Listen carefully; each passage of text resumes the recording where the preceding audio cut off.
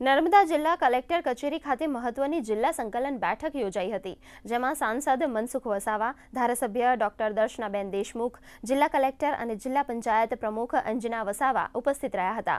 બેઠકમાં સાંસદે જિલ્લાની શિક્ષણ વ્યવસ્થા અંગે પ્રશ્નો ઉઠાવ્યા હતા, જ્યારે ધારાસભ્યએ ક્વોરી વિસ્તારમાં દોડતા બેફામ હાઈવે વાહનોને નિયંત્રિત કરવા અને શાળાઓમાં શિક્ષકોની ઘટ અંગે રજૂઆત કરી હતી।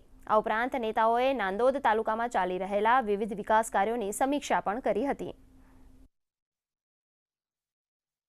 બધાના જ ધારાસભ્ય બેન તથા જિલ્લા પંચાયતના પ્રમુખના બેનના પછી મારા બધાના લગભગ એક સેમ પ્રશ્ન હતા કે સ્કૂલના ઓરડા જે ઘટે છે તાત્કાલિક નવા બનવા જોઈએ, શિક્ષકો ઘટે છે પ્રાઇમરીમાં કે હાઈસ્કૂલમાં એ પણ તાત્કાલિક કોઈને કોઈ રીતે વ્યવસ્થા કરવી જોઈએ। અને બીજું સાથે સાથે દેશના પ્રધાનમંત્રી નરેન્દ્રભાઈ મોદી સાહેબ માં કે નામ એક પેડ વાવવાની વાત કરે છે, તો જિલ્લામાં દરેકે દરેક જગ્યાએ આવા પ્લાન્ટેશનના કાર્યક્રમો થવા જોઈએ। નાંદોદ વિધાનસભાના પણ કેટલાક પ્રશ્નો હતા, જેમાં 10મા ધોરણમાં ખૂબ જ સારું રિઝલ્ટ આવવાના કારણે ઘણા બધા વિદ્યાર્થીઓ 11મા અને 11મા ધોરણમાં એમનો પ્રવેશથી વંચિત ન રહી જાય, તેમનો અભ્યાસથી વંચિત ન રહી જાય, એ માટે રાજપીપળાની ઘણી બધી સ્કૂલોમાં વધારાના વર્ગો પણ એમણે ચાલુ કરવામાં આવ્યા છે। એ વિષયની માહિતી મારે જોઈતી હતી, તો આ વિષયને લઈને પણ એમણે કહ્યું કે આપણે 11મા ધોરણના ઘણા બધા એક્સ્ટ્રા વર્ગો ચાલુ કરવામાં આવ્યા છે। ગામડામાં રહેતા ખેડૂતોની જમીનો કે જે વર્ષોથી ખેડતા હોય છે, તે જમીનોને લીધે એ ખેડૂતોને પણ ઘણી બધી મુશ્કેલીઓ આવે છે, એવા પ્રશ્નો પણ અમારી પાસે આવ્યા, તો એ અંગેની પણ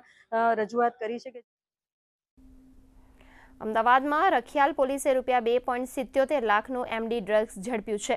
આ મામલે પોલીસે મોમીન મસ્જિદ નજીક રહેણાંક મકાનમાં રેડ પાડીને આરોપી મોઇનુદ્દીન ઉર્ફે પગલની ધરપકડ કરી છે।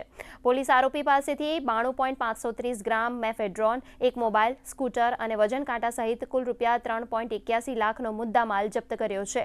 તો પ્રાથમિક પૂછતાછમાં ડ્રગ્સ સપ્લાયર અબ્દુલ મારૂફનું નામ સામે આવતા પોલીસે બંને આરોપીઓ વિરુદ્ધ NDPS એક્ટ હેઠળ ગુનો નોંધી વધુ તપાસ હાથ ધરી છે।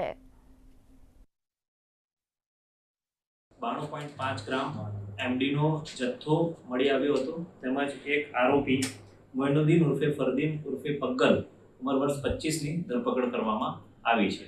આ ઉપરાંત રેડ દરમિયાન અમને રહેણાંક મકાનમાંથી 2 ડિજિટલ ઇલેક્ટ્રોનિક વજન કાંટા તેમજ ખાલી ઝીપલોક પાઉચ અને રોકડ ₹9,300, 2 મોબાઈલ ફોન પણ મળી આવ્યા છે।